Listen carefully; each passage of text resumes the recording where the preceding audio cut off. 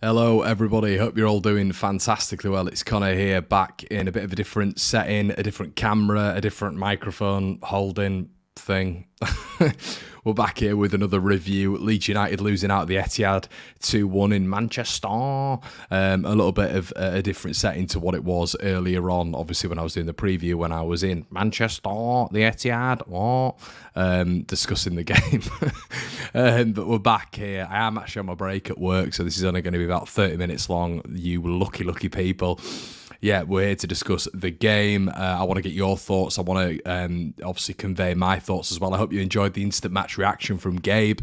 We're going to start this going forward a little bit more. Gabe's going to get more involved with the channel, which is great news. I do need a little bit of help every now and again, believe it or not, everyone. So if you haven't checked his review out, please go check that out. We're going to be bringing back the fan phone in with Gabe, which is going to be absolutely fantastic. And we're also going to be putting the debrief on Spotify, on Acast, on Apple Podcasts as well, and we're going to get that going for the new year, as well as trying to grind out as much content as possible. Obviously, as well, everyone, we do have a Patreon account, so if you want to head on over there and get some bonus content, we'll have some post-City chat over there as well, probably with me and my old man, and just me in general as well. So let's get into a few of your comments before we get going. Gabe for England, that's right, we're going to convert him. Ben James says, to be fair, it sounds sad, but it's a great result, to be fair. I believe Sam might get at least 3 points to you, Conor. We'll get into that, Ben. Manchester, says Marcus. Is that you as a kid? It is in the background, mate. Yeah. Sam says, I was at the game. Great game. Yeah, I remember you saying that, Sam. Fair play to you. It was fantastic from Leeds fans from moment one, just like the noise they were making. When you're a Man City fan and there's all this greatness going on, it becomes a little bit easier, doesn't it? But Andy Kay says, sure, some positive things, but we know it could have been 5 or 6 easily. We can defend. We can't defend. I think that was from Andy. We're in a lot of trouble. Evening Conor in chat says, Richo, hi mate. 2 videos from one Leeds, love it. So that's what we're going to try bring, mate, and I hope that you guys enjoy it. So yeah, we're going to get into a few of my thoughts for the game anyway. Before we start, everyone, as you always know on One Leeds, make sure you're smashing a like. If you smash the like, it just means it shows on the algorithm a little bit more for your family and friends, and it just helps the channel. So if you wouldn't mind doing that, that'd be great. But I didn't switch the TV off, which is a first. No, I'm kidding. I am cursed with watching Leeds United constantly, even when they're getting absolutely battered. I just can't turn the TV off, but I know a lot of you guys have turned the TV off in weeks gone by, and that's not a bad thing. I completely understand why you would do so. Leeds United just absolutely cripple you, and when people do turn the TVs off, it's not because they don't want to watch Leeds, it's because it hurts that much. The pain is that bad that people genuinely have to turn the sets off, and I can understand it. But this time it was a little bit different, although when we went 2-0 down in 35 minutes, I was a little bit worried, but I didn't go into the game thinking to myself, this is terrible, this, that and the other. It's City at the Etihad. They've won about 15 games on the bounce at the Etihad. They've not lost in the new year. They've not drawn in the new year at the Etihad. The last memorable game I can actually remember them losing was pre-World Cup against Brentford, in which Brentford were excellent, by the way, on the day. But overall, it's one of those games where you just turn around and go, it's City and it's at the Etihad. And everybody shrugs and all this sort of stuff. What I will say, everyone, is I was a little bit annoyed about how our first line of engagement in the first half was literally in our own box. That was bothering me. It was bothering me that we weren't engaging whatsoever in any form of press, in any form of notion of trying to go and get the ball. And listen, I of course understand it's Man City. I know when there's a gap, De Bruyne will find it. When there's a gap, Gundogan will find it. When there's a gap, normally Bernardo Silva finds it.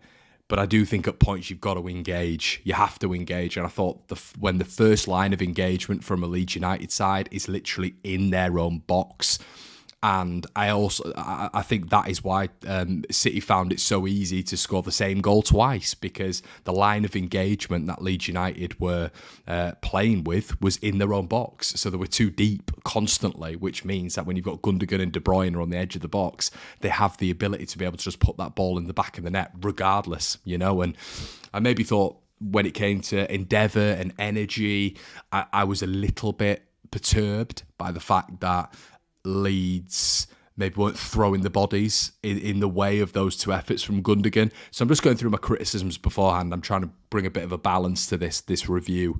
So yeah, I was a little bit irritated by that. I thought, Gundogan scoring the same goal twice and Leeds still having 10 men behind the ball and Gundogan scoring the same goal twice annoyed me massively, to be honest with you. As I say, the line of engagement has to be higher up the pitch, and I understand you've got to defend in 2 deep blocks of 4 and 5, but I just thought Leeds made that way too easy, and we were showing them respect, but I thought we were showing them a little bit too much respect in terms of, we're 4 leagues below them. But on the contrary, I will say, and you have to say this, as I've said at the start, it's Manchester City. They're the best team in the world. They're the best team in Europe. They're just the best team. They will win the Champions League, in my opinion. They're going to batter Madrid, and I think they'll beat Man United in the final as well, and they'll win the Premier League. So this is the context that you've got to apply. So when I'm making a point, if I'm criticising, constructive criticism, I will turn around and say, well, Conor, you've got to balance that, and you do have to balance that. It's Manchester City. So overall, I thought, when you're looking at the last time we went to the Etihad and we got pummeled 7-0, that is a great improvement. It's a big improvement. And from 35 minutes onwards, I thought we're in trouble here. This is going to be, and my original prediction, and I will come out here on set and say it, my original prediction was 8-0. Now, this was before Big Sam, context applied. This was before everything had happened this week, and it was under Javi Gracia, and Leeds would just look like any time any team scored, they'd melt. But we didn't do that today. We didn't melt. We conceded 2 goals. Haaland was having an off day at the post. He was definitely off it today, which is great. I think he had his Leeds shirt under that City one. But overall, Leeds were able to negate and mitigate a lot of what City threw at them. And I thought we made City look a little bit passive, which maybe is down to the structure. It probably is down to the structure and maybe a little bit of tiredness from their part, with them playing 2 times every week and all that sort of stuff. So there's definitely a conversation to be had about Bamford or Rodrigo. Bamford, for me, there seems to be a lot of Leeds fans, and I kind of flip with this. I am on one side and then I'm on another side. Bamford, for me, is not a Premier League striker, and he will never be a Premier League striker. That season where he scored 17 goals, I'll say this now, I think that was because the crowds weren't there. And I think Bamford, fair play to him, some incredible finishes, and score 17 goals is an incredible feat in the Premier League. I don't think he scores 17 goals with crowds there whatsoever. And I don't think he'll ever hit that sort of level ever again in his career. So I think the hold-up play with Patrick Bamford can be okay. I think it can be good, and it's a target man. I understand why Big Sam called on Pat Bamford in the pre-match presser, because he's a Big Sam player, isn't he? The archetype of a Big Sam player is Kevin Davis at Bolton Wanderers, and he probably looks at Patrick Bamford and thinks, bang, that's my Kevin Davis at Bolton Wanderers back in the day. Unfortunately, Bamford isn't that type of striker. I don't think he's aggressive enough. I think he can be quite passive in build-up, and I think he's quite sluggish on the ball, very, very sloppy on the ball. And you saw that in the second half when we got into a really good transitional moment, an excellent counter-attacking moment, and Bamford just had to play the ball across the box to Rodrigo. What did he do? In one of these big moments where Patrick Bamford has to deliver to keep Leeds United in the Premier League, he plays the ball behind Rodrigo and Akanji sweeps it up. It's moments like that are going to keep this club in the Premier League. And this is the problem with Patrick Bamford. He's not reliable and dependable when it comes to injury records. He's not reliable and dependable when it comes to quality either. And that's my big problem with him. I think Rodrigo wouldn't have suited this game from the start either, but what Rodrigo gives you is an absolutely wicked left foot, and that finish was sublime. A Kanji mistake, Rodrigo gets it out of his feet, bang, smashes it in the bottom corner. But Rodrigo's very similar to Patrick Bamford. When he's got too much time to think, problems occur with Rodrigo, problems occur with Patrick Bamford, and that's where the squad building at Leeds United is problematic, and has been problematic under the previous sporting director, because you've got essentially 2 very, very similar players, not in physique or anything like that, but you've got 2 similar players in their deficiencies, in my opinion. I'm just going to move into a couple of your comments, everyone. Loads have come in. Thanks so much for engaging. Not like the Leeds United high line. Southampton can stay up if they win 4 games. Big ask if possible. Evening, Conor. How are you, Ethan? Joe Wood says we technically won the second half, so maybe that can galvanise some confidence for Newcastle. Yeah, we'll get onto that. Mark Rocker style, Conor. Yeah. Oh, you're talking about the hair. yeah. I guess it is. I've got a little bit of a fringe. I think the light's doing me dirty, to be honest. Patrick Bamford looks like he couldn't care less, honestly. Contracted till 2026, 75k a week. Probably can't wait to be in the Championship. Mark says the line of defence, Conor, there are 2 goals. Were lacklustre, mate. To say we used to press teams not long ago. Yeah, and I think that's why a lot of Leeds fans struggle to understand where we are now because of where we were. Someone linked me the 1-1 draw at Ellen Road against Man City, and obviously Man City have evolved, and they've got 20 times worse since then. But the difference in shots on targets, passes Leeds hard is just stark. It's nuts. 2-1 says Ryan, can't believe I still thought it'd be 8-0. Definitely. You're joining the army haircut, Conor. No, honestly, there is a little bit of a fade there, but then again, it's a bit of an army fade, isn't it?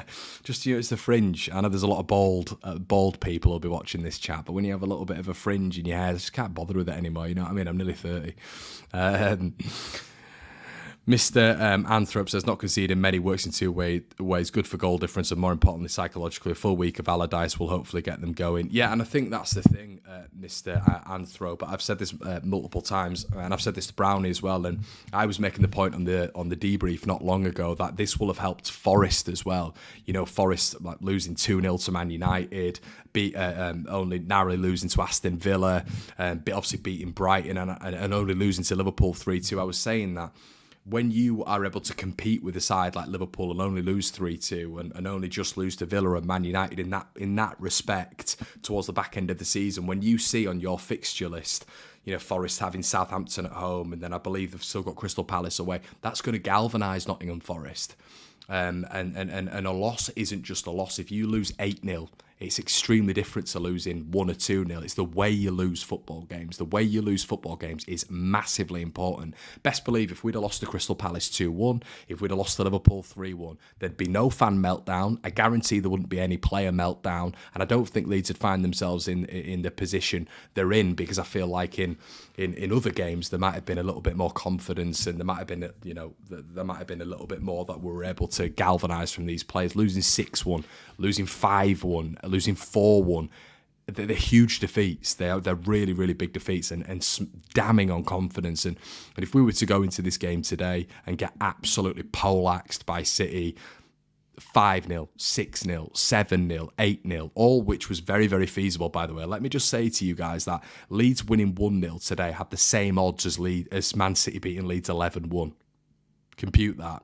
That's how unlikely it was for us today. We nearly nicked something at the end, and by God, if Crysencio Somerville was able to just be a little bit better in the final third and found Rodrigo at the end. If you guys know the pass I'm talking about, when he overcooked it, and I thought I was going absolutely bar me in the living room because I thought we could get something here. Because it's the first time I've seen City, and to say they were dominant, and you guys know I work for City as well, the Manchester Evening News, Man City side of things, you guys know that I watch this lot every week, and they're never flustered like that, ever. And to see how flustered they were towards the end, I was going absolutely nuts. I thought to myself, we're going to get them here. We're going to get them. There's going to be a counter-attack. We're going to hit them. It really gave me shades of Stuart Dallas. Honestly, it did. Against Man City. So I was going absolutely balmy in the living room. But let's get on to some other things as well. What we saw from Big Sam today, but overall, just concluding that Bamford and Rodrigo chat, it's a very difficult one to compute. It's a very difficult one to go with. I think Rodrigo's got miles better quality on the ball, and I think when you give Rodrigo too much time, I think when you give Bamford too much time, they're appalling. So maybe you do go with Rodrigo. You know, you got to look at how City set up as well, everyone. They set up with 4 centre-backs at the back. That's what they normally do. They'll set up with 4. It was different today because Rico Lewis started, but he was inverting a little bit in central midfield like we see John Stones do for Man City as well. They normally start with a flat back 4 centre-backs. So Sam wouldn't have known how they were starting today. Pep used a little bit of rotation, but putting Rodrigo up against 4 centre-backs is just, there's no point. And all Leeds were doing in that first half is booting it. And this is where it was doing my head in. Because just in a few elements, just build sequences, build a few patterns. That's all I'm asking. That's all I'm asking. A few patterns, a few sequences, a few brackets of play. You don't have to get the ball and boot it every time. Just be a little bit more composed on the ball. Be a little bit more efficient on the ball. And it was doing my nutting in the first half, because I know City are like the Galacticos. I know they're like the Harlem Globetrotters. I know they are like the Avengers. But you can play against Man City. You can play with the ball on the ground. I was seeing all over social media this absolute naff rhetoric of, oh, well, it's Man City, you can't do anything against them. Of course you can do things against them. Of course you can. It's just how well you do that and how confident you are on the ball. And I thought Leeds in that first half, there was points where players had space. I don't think City were at the pump today. I really don't. I thought Leeds players had space at points and they were just booting the ball. And it was like, well, what are we doing here? What are we doing? Is there any point in us even turning up?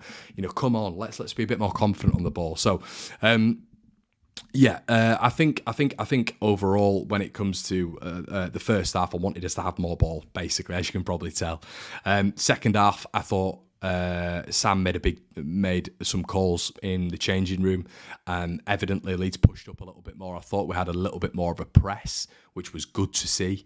I thought we were getting up the pitch a little bit more. I thought Leeds moved 5-10 yards up the pitch, to be quite honest with you, which is brave against Man City, because, as I say, they've still got De Bruyne, still got Haaland, Gundogan. I shouldn't really mention Haaland, but the midfield lot who can find Haaland with a plum, really, are all still on the pitch. And you give them a moment, and they can do it against Bayern Munich, they can do it against Real Madrid, they can do it against whoever, and they can just pick them off in seconds. So I thought Leeds did really well getting up the pitch, being brave. And I thought there was I'll be honest, I thought there was a big difference in that second half, and I thought Leeds were still on the back foot. We were still not amazing in possession, but we're crap in possession anyway. And it surprised me when Big Sam said, to be honest, in his pre-match press conference, that he's not worried about Leeds in possession. He needs to worry about Leeds in possession because we're absolutely turgid in possession. But Leeds were able to move up the pitch, and I thought caused City a few more problems. The line of engagement from the defenders was a little bit higher as well, hence why you saw a couple of City players offside in that second half. I thought there was no time in that first half where they're offside. They were always onside because Leeds was so deep that you were always giving Erling Haaland more of an opportunity, which is just dense. So it's a difficult way to go up against this lot because they're so good and they've got everything nailed on, really. Let's talk about McKennie. A lot of people saying that they thought he was good. I'm not massively there yet, to be honest, when it comes to McKennie. I'm really not. But I thought his throw-ins were good.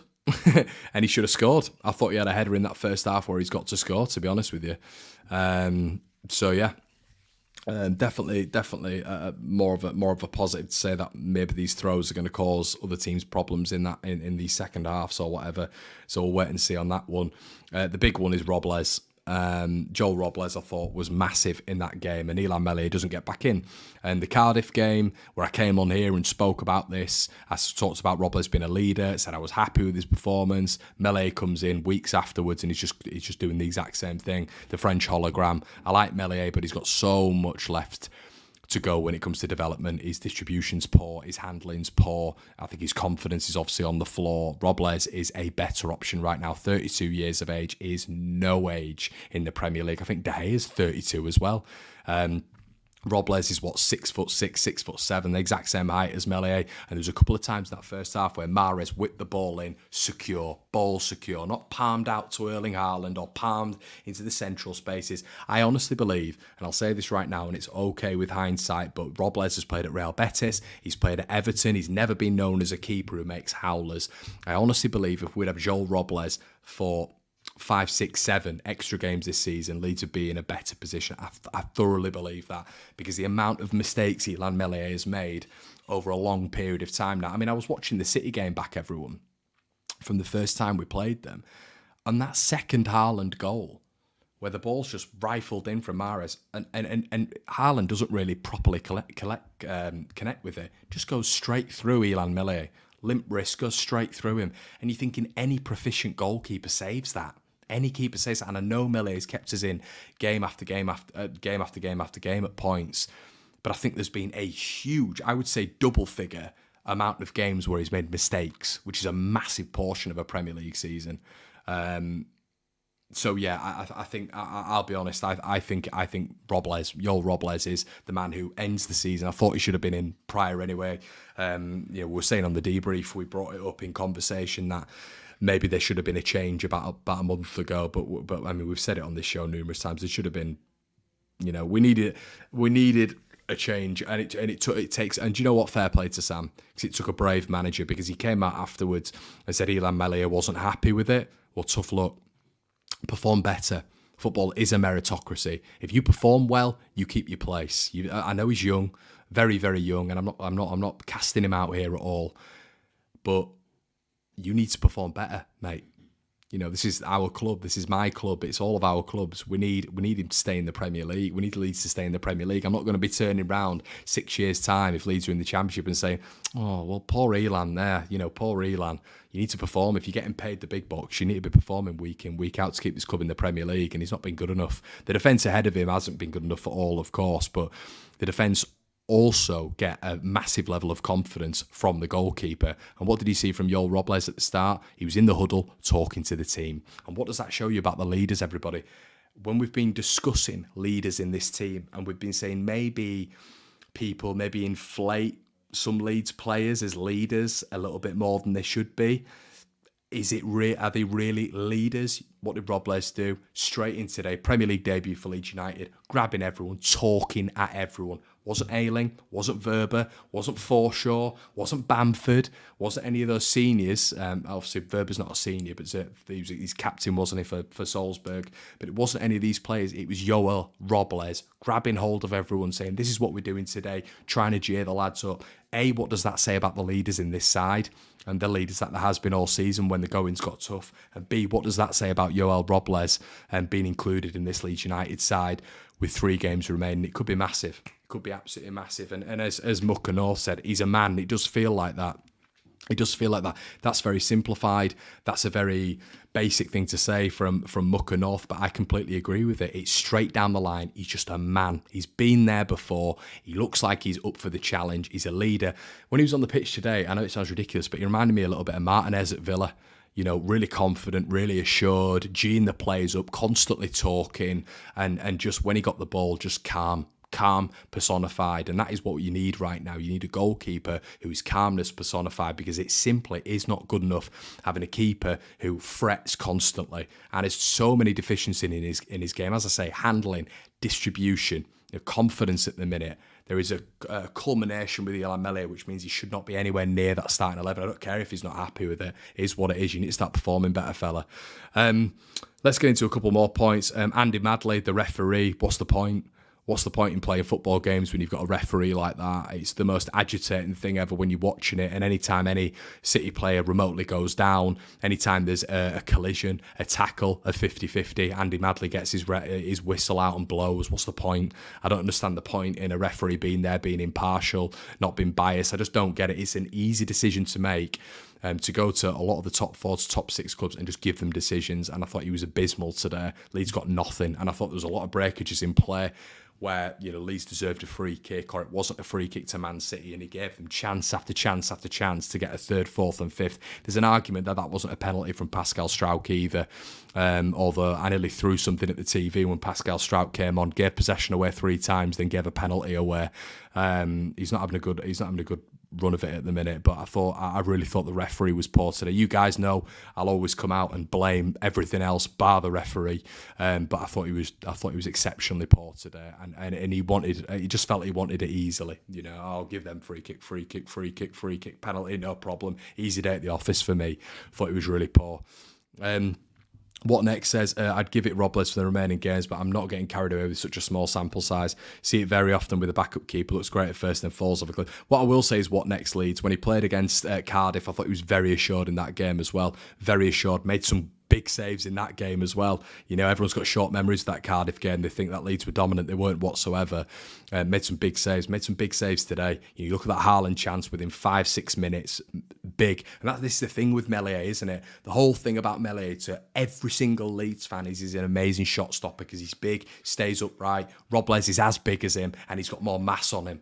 and he's got more experience. He's 32 years of age. That is nothing for a goalkeeper. It's nothing for a goalkeeper. You can go on to you're 40 years old as a keeper. He looks older, bless him, than 32, but he is. And I think to myself, I like every time I've seen Robles play, which obviously was in pre-season, the Cardiff game, and today, I think to see him come in and put in a performance like that when he's not played all season, and coming in at the best ground in Europe and in the world right now and putting in a performance like that. And let's be honest, he saved the penalty.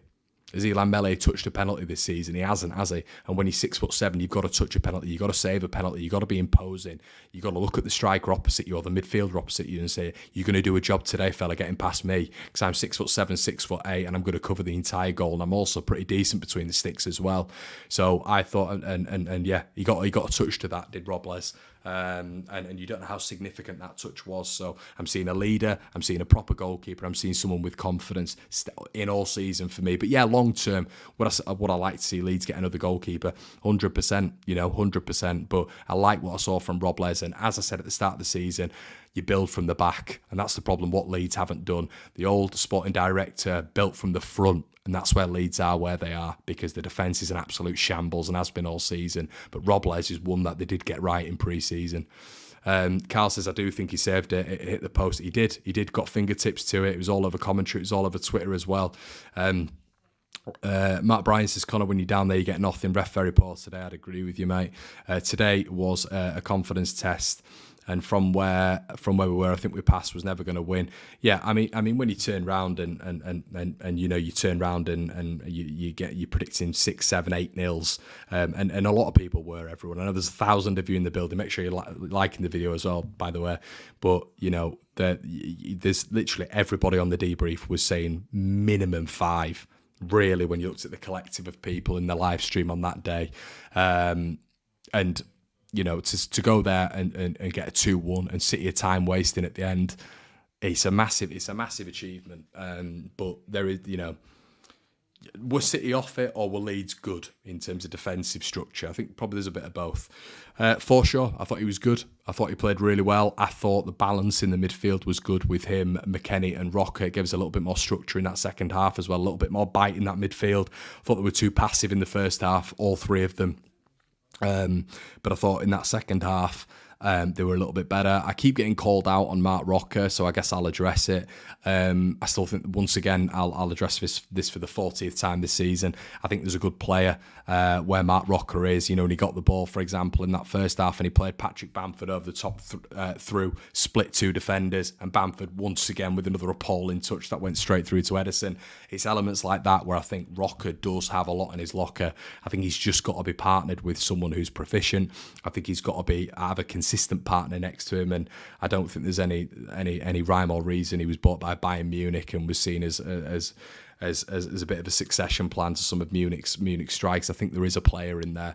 I just don't think he's proven it at the minute. I think there's more of a player in Rocker than there is in McKennie, for instance, even though I do quite like the attributes and the technical ability when it comes to McKennie. But yeah, there's an argument that Somerville starts over Nonto. I thought Nonto was pretty ineffective today, even just by his personal standards and passing the ball and moving and really being effective. I thought he was a bit passive today.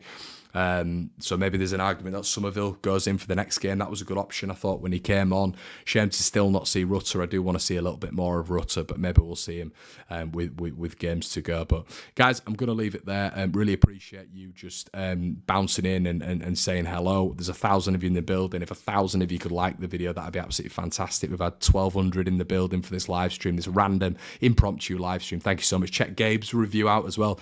Gabe did an instant match reaction after the game. We're going to be back with more content tomorrow, the day after, with the debrief, of course, and then we're going to be absolutely rolling into Newcastle next weekend. Guys, as always, it's been an absolute pleasure. Thanks for sticking around, and I'll see you in a bit. Cheers.